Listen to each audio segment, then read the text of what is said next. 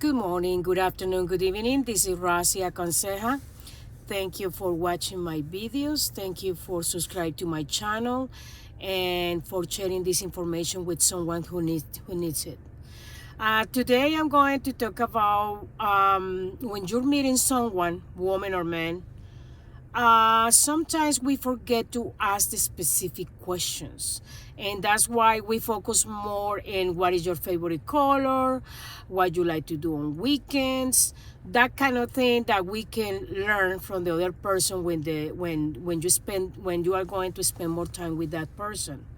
The initial assessment, the crucial questions that we need to look for if we are looking for a stable and long-term relationship is like, for you, what is a relationship?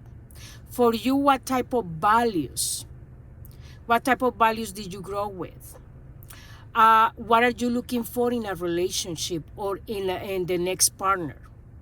What mistakes did you make in the past relationships that you don't want to repeat in the future relationship?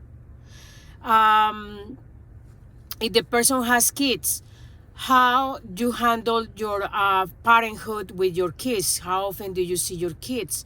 Do you spend quality time with them? What type of activities do you do? I know sounds like an interviewing. You cannot just bring all those questions in one day. I suggest to provide those questions like in the first, some of them in the first, the second, the third date. As long as you get with the person, ask those questions. Why?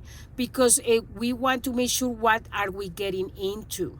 Most of women, we are living in that fairy tale romantic Hallmark movies that we expect that everything is about romance, about gifts, about kisses and hugs, and we forget the important information. And then when past that time, then we found out like, oh my God, I didn't know this guy is a cheater, is a liar.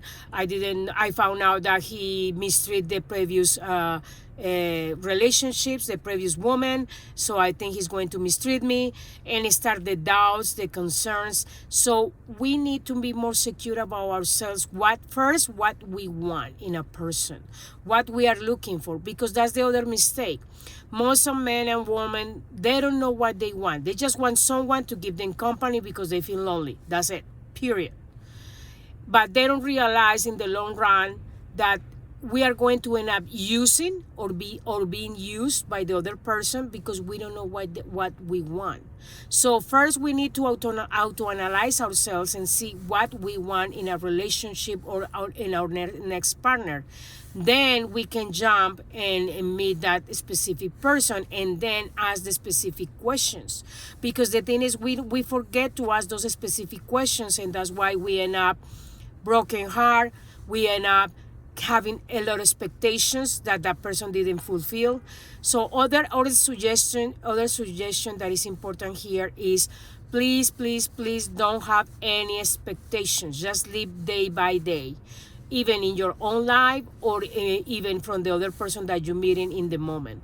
Don't have expectations, because when we have expectations is when we get a lot of disappointments, and it's when we say, I chose the wrong person. I need to leave this person because he's toxic, because he's this, because he's that.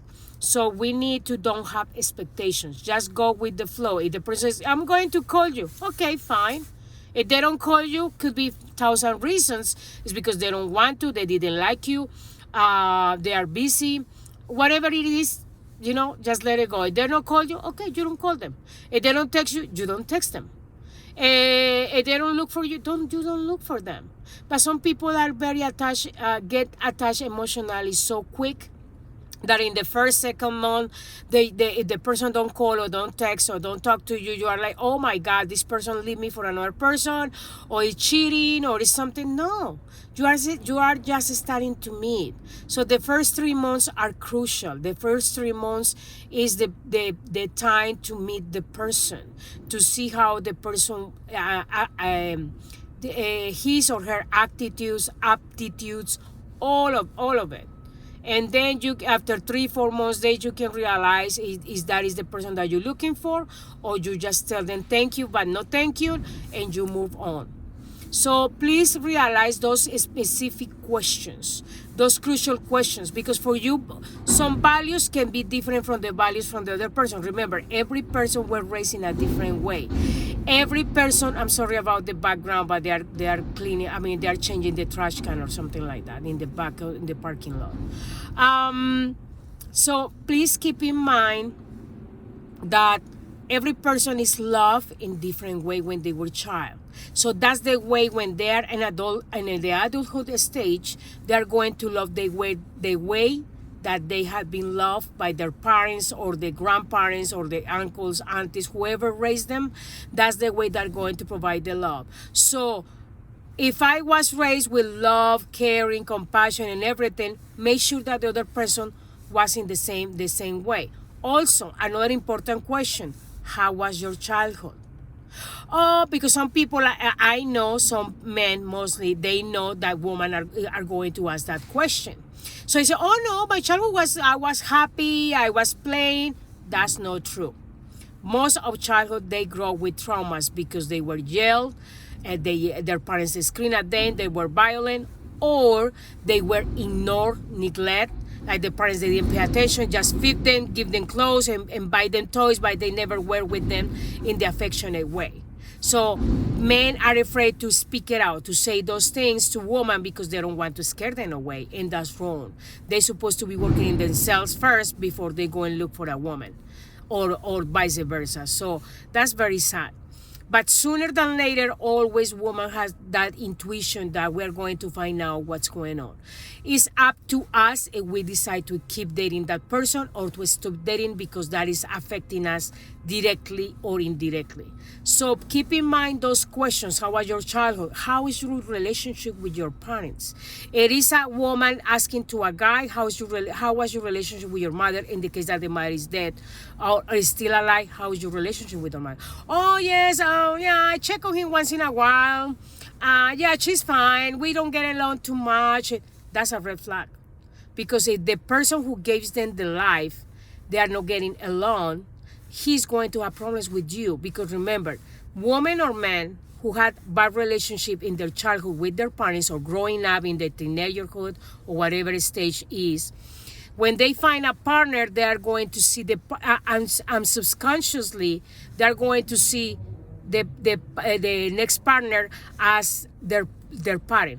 Example: if a guy has a really bad childhood with the mother, when he grows, he's going to look for a woman that in certain way has personality or attitudes as his mother.